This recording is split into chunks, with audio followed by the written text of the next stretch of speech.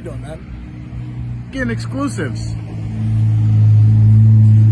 Steve. Travis, my friend. Yeah, I would think so. I told you that I'd come to find you here at SCW. And we're after the show now, and things are a little quiet. So talk to me a little bit about me not helping my friends. Oh, you mean on the Power Hour?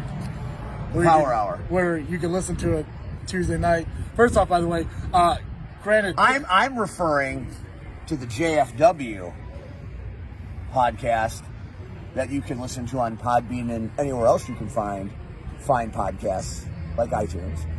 Yeah. What you said on that show. See, I'm glad you say listen, because that's something you don't do. You sit there and you talk about how it's like I said, like that you wouldn't run out there and help like C-Red. I said that you wouldn't go out there and help C-Red, which, by the way, I think it's funny how you mentioned C-Red, failed to mention Pacman. That's fine. But then you said I didn't say that, which I think I remember saying that C-Red went to help Pacman, Shelly went to help Pacman, and Steve went to go help Pacman. But you say yourself, Travis shouldn't talk about things that he wasn't there for. And you're right, maybe I shouldn't. But maybe you shouldn't lie about what I say on my show. There was a segment where you did say Steve couldn't get to the ring. So you're correct there, yeah. But you need to listen to the whole show. There were times when you said you had no help. Keyboard commentary. You made lots of statements, Travis, like you do. I think you make so many statements you can't remember all of them, and that's okay. Well, I got a suggestion. Sure, Steve. Bring yourself to RPW for Harvest Havoc. We'll get you a chair right next to commentary, and you can watch the whole situation for yourselves, because General Manager Damian Saint took the gloves off of us. We can do whatever we want. He doesn't care.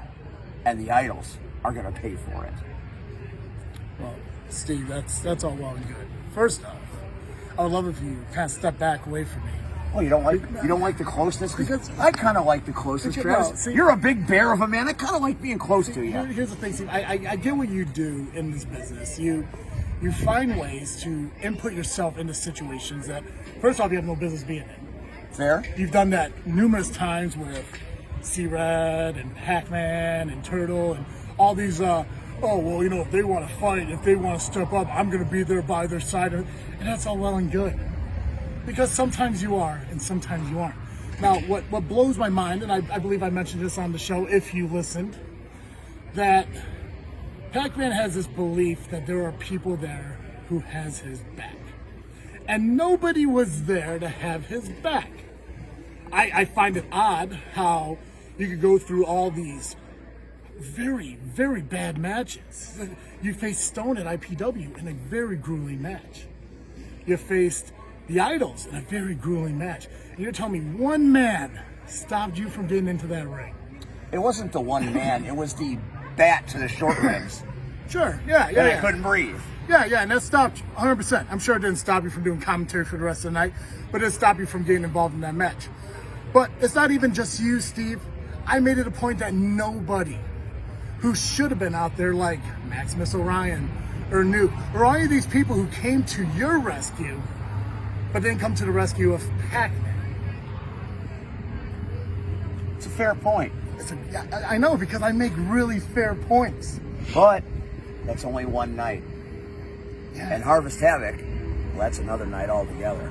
No, you don't get to look into my camera. See you in November, JFW. You cheaters and button. No. How do you get the last word in my thing? How do you get the last word in my exclusive, Steve?